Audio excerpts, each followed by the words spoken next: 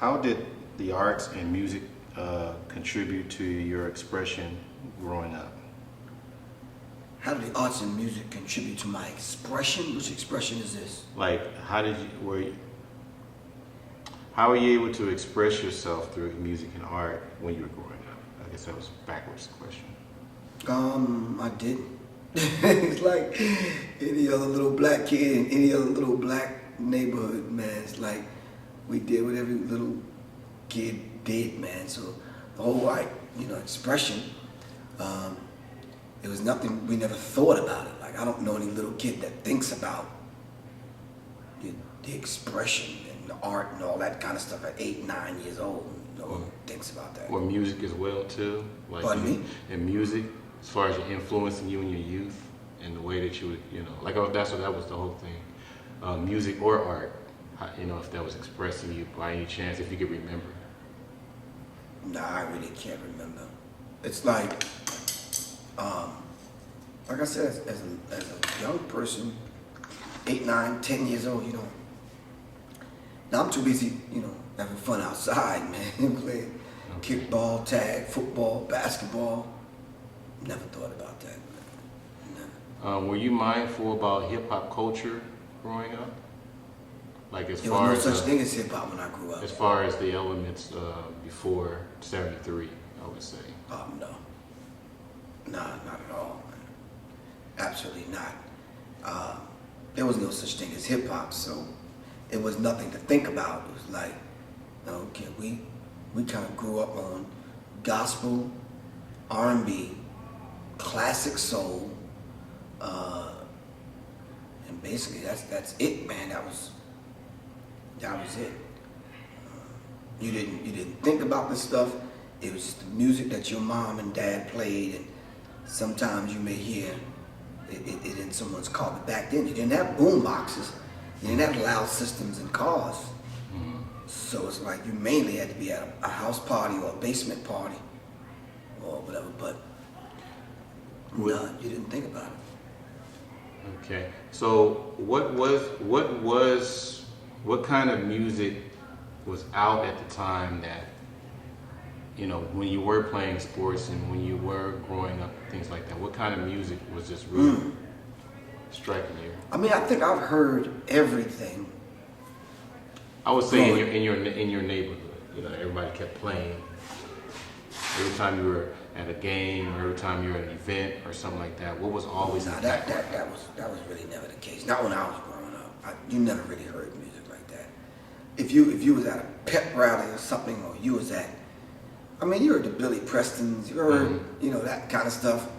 A lot of the soul, classic, up tempo kind of music, Cloud 9, Temptations, and that kind of stuff. But it wasn't anything that you really thought of. It was like that was like the happening thing at the time. You got you went and bought the 45. 12 inches weren't around then. You went and got the 45, and cassettes weren't around then, so it's like you played it on the record player. That's it. Then later on in life, cassettes and that kind of thing. Because I was around when the 8-track was around, so. Now, what made you aware of hip hop when it first came on the scene to you? What made I have friends and relatives coming from the city to Long Island, and hearing it when people played cassettes after school, that kind of thing. So it was like, what is that? It's just like hip hop. Like, well, what is that? You understand what I'm saying? So we started associating certain kinds of beats and patterns and rhythms and things with hip hop, because there wasn't no songs. So, like, oh, okay, someone's doing poetry over some beats. Then someone's rapping. So, okay. Then the whole idea of hip hop kind of caught on. As far as I know you well aware of the Harlem Renaissance. Would you say that during that time was like the Harlem Renaissance, with people coming together, bringing all their own elements and things? I don't understand. Artistically, like if you said there was people that bring in poetry, there were some people that bring in beads. You didn't bring it anyway. Okay. It just there. It's not like it was a club or a party or whatever. It's like something you did. You just did it wherever you were, on the street or whatever. Right. Okay. What inspired you to get into hip hop? I think when it was new, it was different. You were curious. And you thought, well, maybe this could be the art form that I need to express all of the things that I'm feeling. I hated trends and fads and peer pressure and that kind of stuff. So it was beautiful when hip hop hit because you didn't have to be like anyone else. Different crews at that time. You had a crew.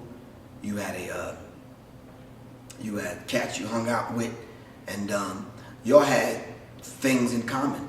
And the things that you had in common now centered around music, centered around hip hop. Okay. So you bought the Gazelles because your crew wore Gazelles. You bought the Lee jeans, taking the patch off them and putting them on the leg because that's what you did. You understand what I'm saying? So it was like different styles, different crews. And it was a beautiful thing then because you got chastised and scolded for trying to be like someone else. So you had to be different. And it was a beautiful thing because you fit into that crew that most fit your particular style, taste, vibe, or whatever. Now that culture, you were out of high school. I'm assuming that. Well, you had to be. What year? When you started getting into hip hop, or were you still in high school? No, I was still in high school. Oh, okay. There you go then. So the question would be, did hip hop help or hurt your learning in high school? That wasn't even a thought. We didn't think that way. Like looking back. No, we never thought that way. Music was music. It was an art form. I don't know how I could see now how it would help. Mm-hmm. Hell, I could see now how it would hurt. But then you didn't think about it like that. So it's all second nature. I mean, if you're really looking deep to try to find an answer to that, you could say that. But it is what it is. It's not anything you called it. Okay. Now, I know it's, well, what just briefly, if you can, what inspired you, to create the concept of Public Enemy or behind it? I mean, it wasn't my concept. It was myself, Hank Shockley, Chuck D, really talking and having conversations while we were doing all the other things. We had a mobile DJing unit. We used to give parties, and we would talk all the time. So when Hank and Chuck kind of brought it to me about Def Jam wanting to sign Chuck, and Chuck was like, "No, I'm not really with that. He's not trying to do the Chuck E. D show," and he wanted to put a group together. And this conversation was kind of going back and forth. When the name Public Enemy was told to me, I was like, "Oh, okay." I already knew what I could contribute. So we fashioned and formed, from Unity Force, something I was already doing. I already did the music. I was already a DJ. I was already working with Hank and Chuck, so it kind of came together real easy. The other members came a little bit later on. I think Chuck was working with Flavor, and I was working with Unity Force, which is S1Ws. But my relationship was with Chuck and Hank. I didn't really vibe with Flavor like that. I didn't really know that dude like that. We know. So it's like it wasn't a one person sitting around saying, "I got an idea, let's do this." Of course, it came through Chuck because Chuck was offered the deal. So, but once, it wasn't, once we kind of had those meetings, those talks, and we brought what we had to the table, people think Chuck taught me to teach the S1Ws how to drill. It's like I was the only one in the mosque. Right. I was the only one at mosque number, temple number 7. Right. And I'm bringing the brothers, trying to get them in the mosque. Right. So and then when it came time to the songs and the lyrics and that kind of stuff, I'm just feeding the information. I didn't feed all the information. Chuck ain't no slouch. Right. Chuck's very smart and a brilliant brother, man, with crafting lyrics and with the powerful voice he had. He has, you just don't have a voice and be able to spit what Chuck is spitting. You have to know this stuff, man. And Chuck knows his stuff. I mean, it wasn't all on Professor Griff. And then shortly after that, there was other brothers in the S1Ws that kind of brought, ideas and that kind of thing. And then Hank and Keith Shockley, those brothers were socially aware. Miss Boxley, Keith and Hank's mom was socially aware. Judy Ridenauer, Chuck's mom, was socially aware. Louise Griffin, my mom, was socially aware. So we talk about, we come from parents and mothers that was socially aware and made sure that the children were socially aware. And we put that stuff and that spirit into the music. You understand what I'm saying? So now, are you aware of how many people you inspired to take education or college or knowledge even seriously, just by groups like Public Enemy and groups like Public Enemy? Well, I think now I do. Now that I go to schools, now that I teach at schools, now that I do lectures and sit in for college and university professors, now that I'm an author, I do now because I understand the importance. And I think more so than that, being encouraged by Hank and Keith's mom, asked all the time, well, what are you going to do? I wanted to go to school, and she encouraged me to go to school. My oldest brother, Anwar, one of my older brothers, wanted me to go to school. But school wasn't the thing for me. I ended up getting my degree in 2002, a Bachelor of Science degree in education. So education was there. I wanted to teach. I wanted to learn. Being the Minister of Information, disseminating information, but it wasn't what the enemy was giving me that I wanted to teach. I was bent on finding what the truth was. And it was that truth that we put in the songs. It was that truth that we figured, this is going to raise the conscious level of people. And in telling that truth and doing what we did, we've seen the rise of the consciousness. I mean, witnessed it. We would come on tour 1 year, we would see where people are. By the time Public Enemy released a few albums and we came back, gold chains were off, African medallions on, consciousness was rising, and it was like, oh, okay, we did the job. Wow. Now, from what you have seen over the years, what do you think what is the, I guess I would say, when and how did hip hop fall from its roots, if it happened that way, if you observed that way? I mean, I often say that we need to return hip hop to its cultural roots and bring back the integrity of the art form. But since we're here in Los Angeles, I think we can say that. I think the time NWA came out, even though F the Police was a political statement, that's not what NWA was about. It wasn't a political group. F the Police was political in the context of the framework of living and existing and surviving in the hood. And as they tell it, South Central. We're in Compton right now, and it's a lot different. You understand what I'm saying? But then, what surrounded them, those are the things that they talked about. And like it is now in New York with the stop and frisk, it was it was like that back then in Compton, where we are now. And they wrote about it. And that became the framework of niggas with attitudes, which was the antithesis to Public Enemy.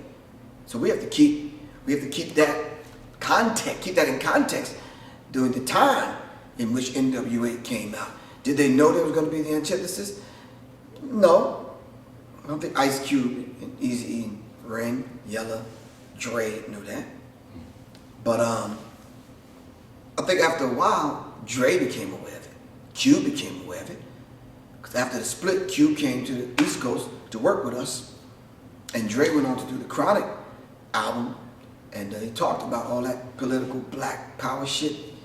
You know, he wanted to kind of crush it, kill it. He wanted to do something different. So therein lies the seed that was planted to neutralize conscious hip hop. And you owe that to unconscious NWA, but a conscious Dr. Dre. So, what have you, what are some of the negative things you have noticed about hip hop today? I don't notice anything negative about hip hop. I notice some negative things about rap. Okay, what rap. I'm hearing. I notice some negative things about some clothing lines that people are putting out. I notice some negative things about the vibration of this thing that they call I Love Hip Hop, Atlanta, Miami, New York, which is just it's not cool, because that's not hip hop. Hip hop is high infinite power healing our people. Up under the umbrella of hip hop, you get 4 fundamental elements.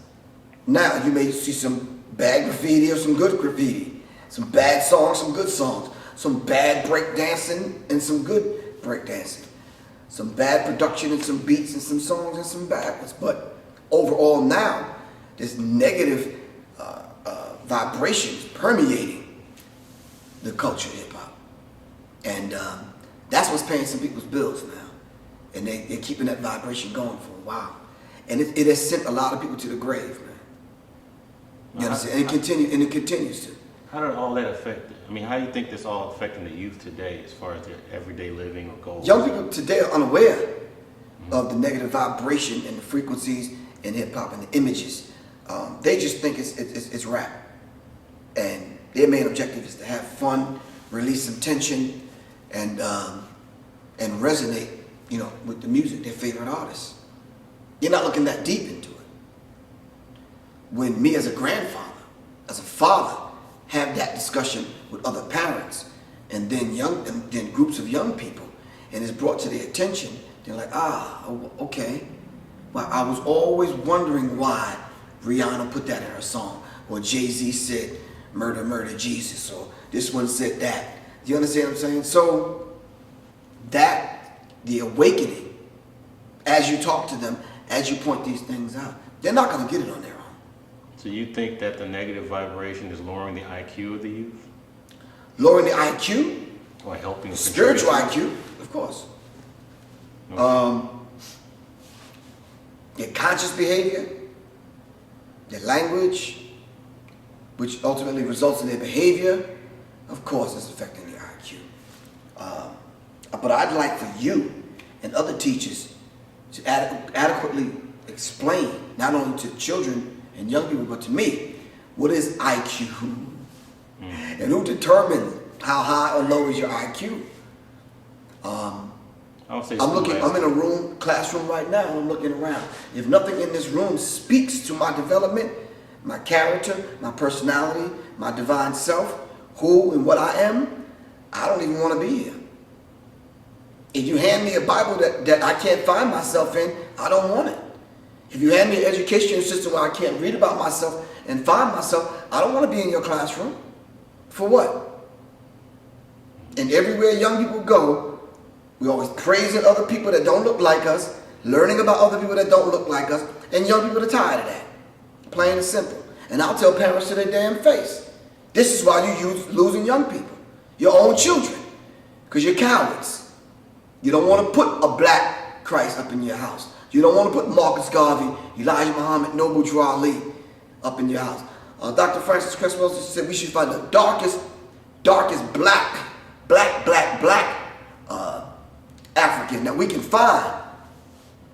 The most beautifulest, as one of the rappers said, and put it up in the home so we can see who and what we are and what we came from.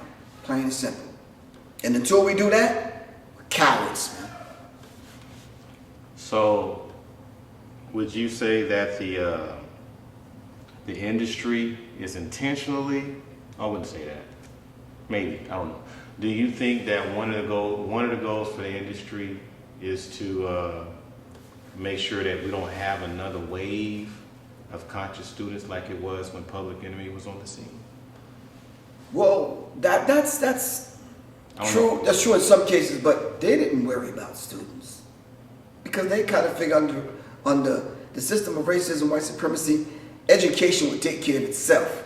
They never thought those students was going to marry the positive, conscious vibration of hip hop and use that vibration to latch onto a group like Public Enemy that was teaching the lessons that they should have been teaching at school.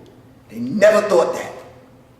And the first time an entire generation was hearing Malcolm, Martin, Jesse Jackson, Elijah Muhammad, Farrakhan, Ava Muhammad, Khalid Muhammad, Steve Coakley, and all the other samples that we put in the songs and all those conversations that we had, Black Panther Party. It's the first time some of these people are ever hearing this. And then for those that heard it before, or seen it before, experienced it before, we're reminding them. And that's the first time in a long time a generation was being educated via the music on a massive scale. What other genre did that? What other group did that? No other group has done that until Public Enemy came along. I'm not tooting, our own horn. You can't. But that's just what it is. And that's a chance that we took, and that's the vibration that, that we brought to the whole hip-hop game, to the whole music industry. Should there be a hip-hop class for high schools? There is. These alternative schools have it. They just not letting people know that, because I've taught a couple, and especially on the college level, I've taught a couple. So, but when you come in, I come in with my curriculum, and I deal with the theory, I deal with the practice, I deal with some metaphysics, I deal with songwriting, writing classes, writing seminars, creative writing, and that's my last book, The Acapella Revolution. It comes from a creative writing class that I did. It's like I should take these lyrics and teach how do we construct these songs, how do we come up with the idea for the songs, from the idea, how do we do the research for the song so we can speak outside of the context of the CD, so you can leave the song alone and then go out into the world, and this has become my normal conversation, all from the song. Do you understand what I'm saying? So, it's a beautiful thing. I did a song a couple of years ago called Distractions. And all we did was list all the distractions, that distract us from being the beautiful people that we are. And it is often said, what if, by speech from Arrested Development, in a movie called Diary of a Decade by Jason Orr, he says, what if we were just left alone? What if hip-hop was just left alone and we didn't have to filter hip-hop through the filter of racism, white supremacy, and the music industry? Wow. Can you imagine the frequency and vibration of how we can educate young people if it's just left alone and it's organic? Yeah. Oh, bro. Wow. Now, I guess the last one is, what would you say to those parents that feel like the state of rap today is a normal phase or trend for youth? What things that they should look out for to keep their youth from getting into the... No, that's a misnomer. No, that is not a phase that we're going through. This is a deliberate, well-formulated, constructed deliberate plan to take hip-hop from where it was at and derail it. There was an anonymous letter, and I'm sure you heard this letter, that was put out on the internet. And in this letter, the gentleman spoke of him being at a private meeting among big wigs in the music industry, those that run and control distribution in major record labels. And in this particular meeting, they talked about, in a nutshell, getting right to the point, they talked about their ownership and buying into and their purchasing shares in private prisons.